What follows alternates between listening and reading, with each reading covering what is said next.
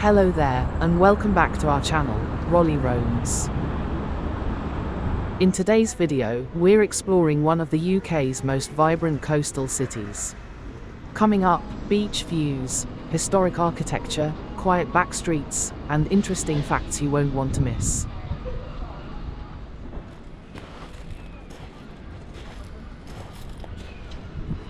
While the voiceover is artificially generated, the video is thoughtfully made, with all footage, research, and storytelling entirely our own.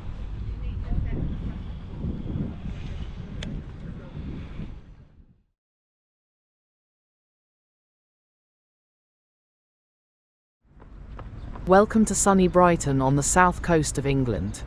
In this video, we'll be taking you on a scenic walk along the seafront, down towards the pier, and into the historic lanes, and then in the opposite direction all the way to Hove, where you'll get to see the iconic rainbow-coloured beach huts. This eclectic seaside city has been a favourite destination for generations. From its world-famous Pebble Beach to its charming streets, Brighton is a place where art, culture, and history collide. We'll be exploring some of its story and uncovering what makes Brighton a must-visit destination. If you enjoy this video and want to see more adventures like this one, please don't forget to hit that subscribe button. It would really help our channel and lets you know when we upload new content. Plus, it's completely free. If you have any questions, thoughts, or suggestions, drop them in the comments. We'd love to hear from you. Thanks for watching. We're starting here, where you'll see on the right-hand side what remains of the West Pier.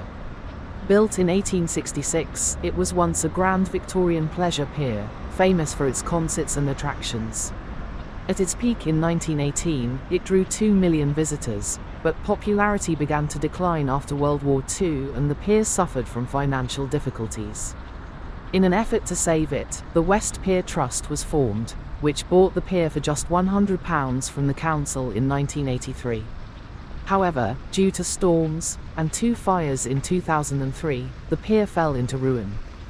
Despite efforts to restore it, the remains now stand as a haunting symbol of the past, protected as a Grade 1 listed structure. Today, it's a striking landmark on Brighton's seafront, alongside the more modern Brighton Pier you can see off in the distance. We're walking parallel to King's Road, and to your left, you'll spot the King's Road arches. They were built back in the Victorian era, originally designed to house fishing boats. Fast forward to recent years, the council invested a staggering £5 million in refurbishing them. The aim, to strengthen the road above and transform the arches into a thriving hub for local businesses. Now, they're home to a vibrant mix of cafes, shops, and art studios, making it a fantastic place to explore and hang out close to the beach. Also on King's Road, you'll find a plaque marking Charles Dickens' connection with the city. Dickens was a frequent visitor to Brighton, and even wrote about it in his works. He stayed at several locations, including the Royal Pavilion, and often found inspiration in the vibrant seaside atmosphere.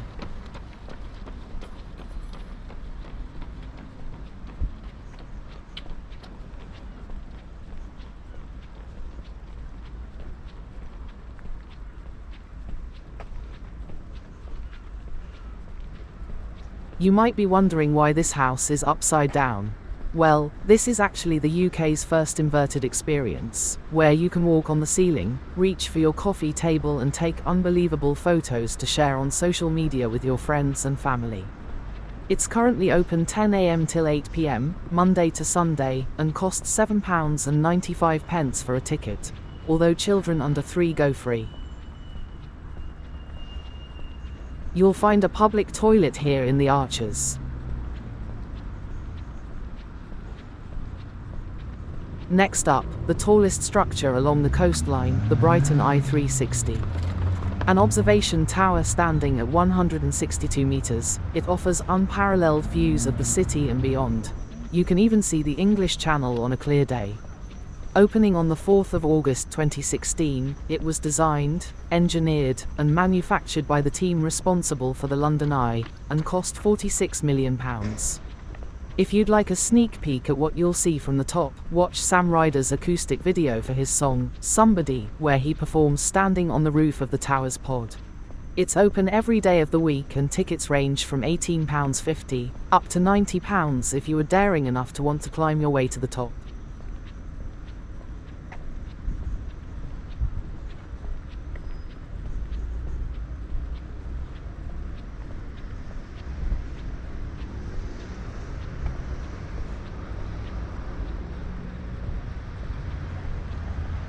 As we stroll along, you can't miss the stunning Grand Hotel on your left. It's an impressive Victorian building, with its striking white facade, ornate detailing, and balconies overlooking the sea. The hotel towers over the promenade, making it one of the most iconic landmarks in the city. The hotel was first opened in 1864, and quickly became a symbol of luxury and elegance. It was originally designed to cater to high society visitors coming to Brighton for both relaxation and entertainment, and it remains one of Brighton's most expensive hotels. In its early years, the hotel hosted famous figures, from royalty to writers like Oscar Wilde. But its history isn't without its darker moments. In 1984, the Grand Hotel was the target of a bombing, carried out by the Provisional IRA, in an attempt to assassinate the then Prime Minister, Margaret Thatcher, who was staying there at the time. The bomb had been hidden 3 weeks earlier, behind the bath panel of room 629. Thatcher survived, but 5 people tragically lost their lives, and many more were injured. The blast caused significant damage to the building, but it was later repaired, and the hotel continues to stand as a reminder of Brighton's rich and sometimes tumultuous past. ABBA stayed here, and celebrated in the appropriately named Napoleon Suite, on the first floor, following their 1974 Eurovision Song Contest win with their performance of Waterloo.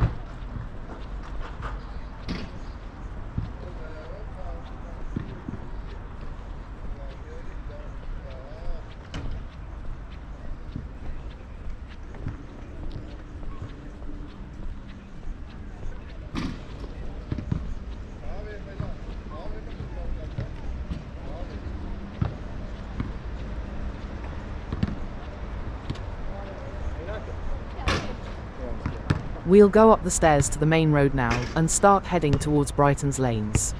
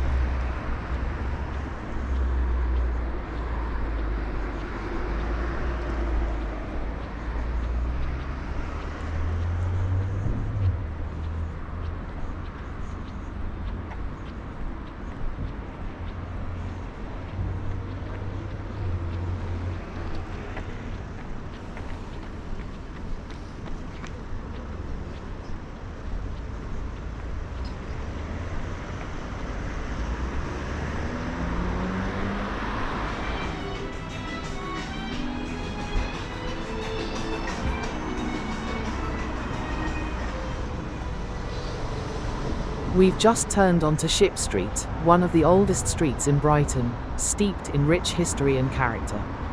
Along this stretch, you'll find several Grade II listed buildings, but the highlight is the Old Ship Hotel, first recorded in 1559, under the name The Ship. In 1650, it became known as the Old Ship Inn, after a hotel called the New Ship was built just opposite, now operating under a different name, which we passed a moment ago on the left. One of the most famous guests of the Old Ship was Winston Churchill, who stayed there regularly. In fact, he was so fond of the hotel that he brought a chair from his own home, leaving it behind for future visits. You can still see that chair today. It's on display opposite one of the lifts on the ground floor.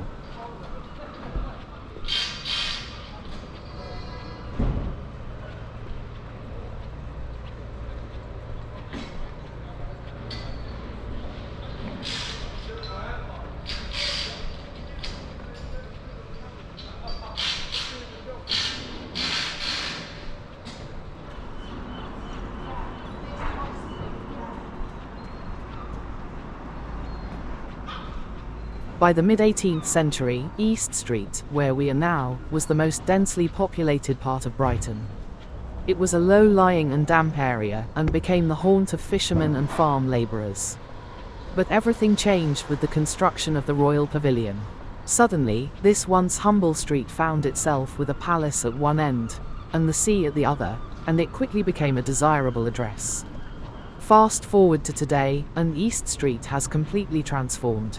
It's now lined with high-end shops, boutiques, and upmarket restaurants, making it one of the most fashionable spots in the city.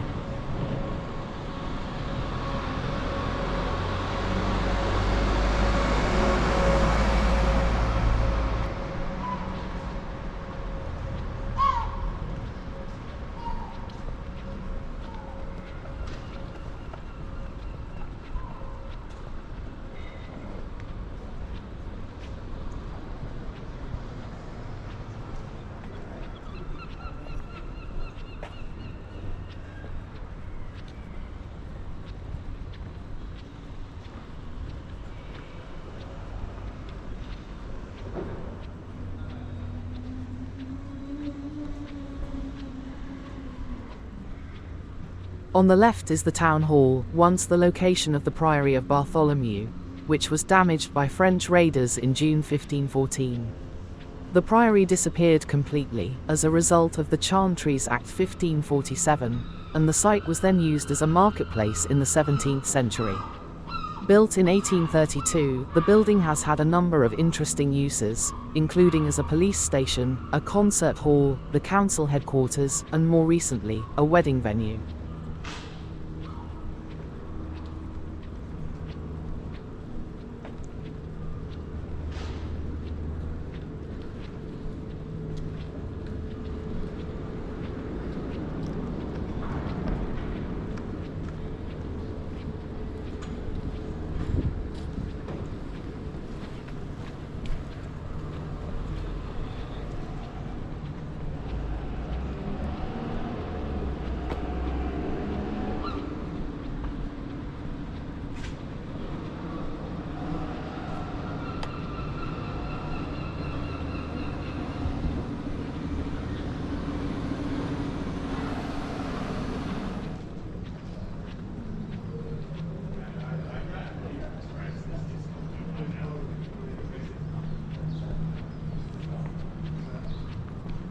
She's really nice. So she seems like she when you were first feeling like she was really good. Yeah. Oh no, she's definitely.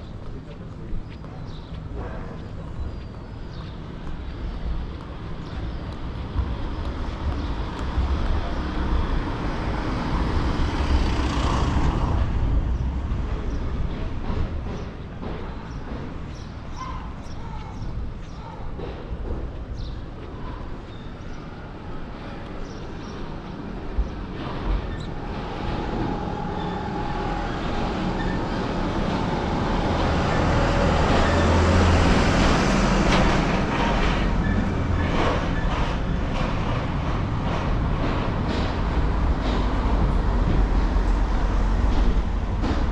Coming up just around this corner, on the right, is the Brighton Friends Meeting House. It's notable for its rich history, dating back to the 17th century, when Quakers first began meeting in Brighton. Initially meeting in a converted malt house on North Street, they moved to the current location in 1805, after purchasing a plot of land from William Grover. The building has since become Grade II listed, and continues to serve as a place of worship for the Quaker community, and as an educational centre.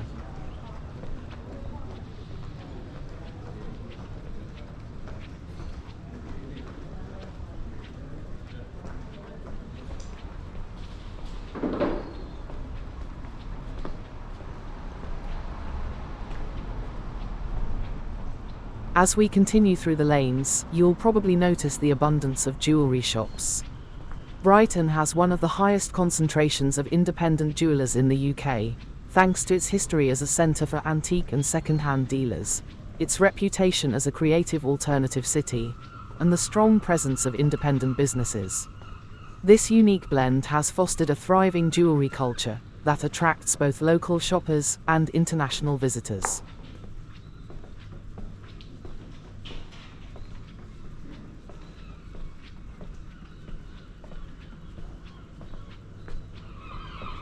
This area was once part of the original Brighthelmston settlement. The layout we see today begun development in the late 18th century, and the streets were fully laid out by 1792. A standout here is the Cricketers' Arms on Black Lion Street, believed to be the oldest building in the lanes, dating all the way back to 1547, although there are a few contenders. Just an hour train ride from London, Brighton makes for an easy day trip or a perfect weekend getaway. Trains run frequently from London Victoria and London Bridge, and, as you can see, once you arrive, the city is very walkable with most attractions just a short stroll from the station. If you're into food, you'll find everything from traditional fish and chips by the beach, to trendy vegan spots, street food and fine dining. And when the sun sets, Brighton's nightlife comes alive with buzzing pubs, live music, and beachfront bars.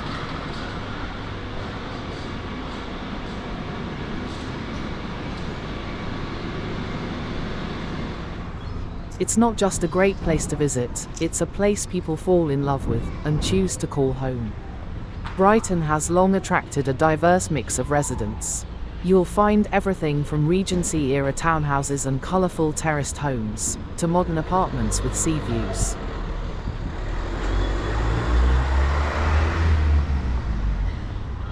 The average house price in Brighton sits at around £450,000, but that can climb in areas like Hove, Seven Dials, or Kemp Town. For renters, expect to pay upwards of £1,200 a month for a one-bed flat, and more if you're near the beach.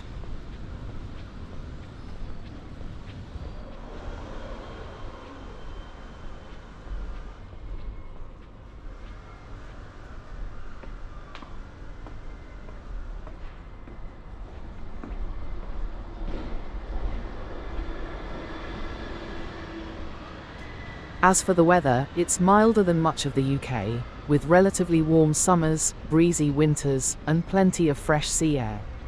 It's not the sunniest city, but when the sun does shine, the beachfront comes alive. Living in Brighton means weekend markets, independent cafes, sunset walks along the seafront, and a calendar full of festivals and live events. Brighton has one of the UK's busiest cultural calendars. Brighton Festival in May is one of the largest arts festivals in the country, with 3 weeks of theatre, dance, music, and visual art that take over the city.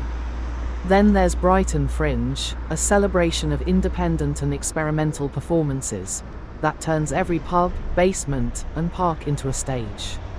And you can't talk about Brighton without mentioning Pride, one of the biggest and most joyful LGBTQ+ events in Europe.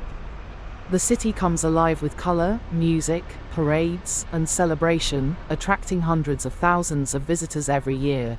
And it's not just a party, it's a powerful expression of identity and community.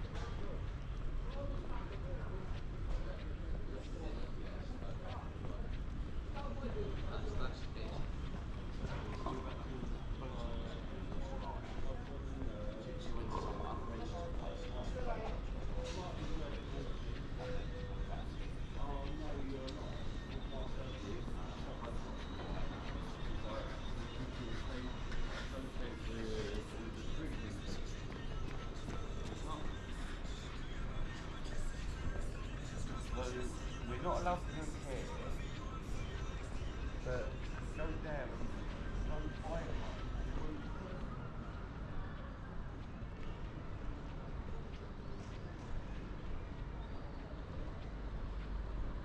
It's hard to miss the Brighton Dome on the right, which is one of the city's most iconic cultural venues. It has a history as fascinating as the shows it hosts today. Located right in the heart of Brighton, the Dome is part of the Royal Pavilion estate and was originally built in the early 1800s as the Prince Regent's stables and riding house. Over time, it was transformed into a performance venue, and today it's a major hub for the arts in the southeast. Inside, you'll find a stunning main concert hall with incredible acoustics, a more intimate studio theatre, and the ornate Corn Exchange, which has recently undergone a major restoration. The architecture alone is worth a visit. It blends Regency elegance with subtle Eastern influences, reflecting the design of the neighbouring Royal Pavilion.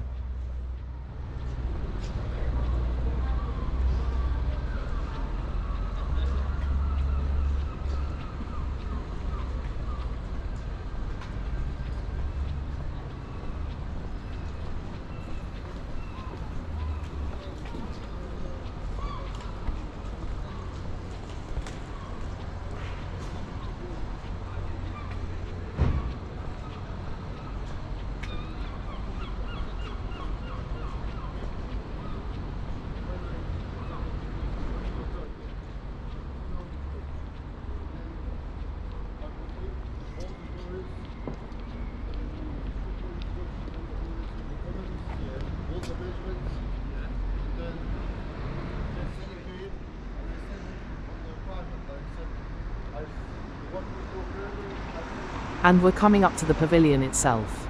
Construction began in 1787, but it was the architect John Nash who gave the pavilion its now iconic Indo-Saracenic style in the early 1800s. The building is a rare and fascinating example of how Eastern aesthetics were interpreted through a European lens during the Romantic era. The pavilion wasn't just a royal retreat, it was a party palace. George IV loved entertaining, and the lavish interiors reflect his extravagant tastes. From grand banquets in the dining room, to music and dancing in the music room, this was where the elite came to play by the sea. Today, the Royal Pavilion is open to the public and offers a unique glimpse into royal life in the 19th century. Visitors can tour the richly decorated rooms, learn about its transformation during World War I into a military hospital for Indian soldiers, and explore the beautifully landscaped gardens, which have been restored to their original Regency layout. What was the smell?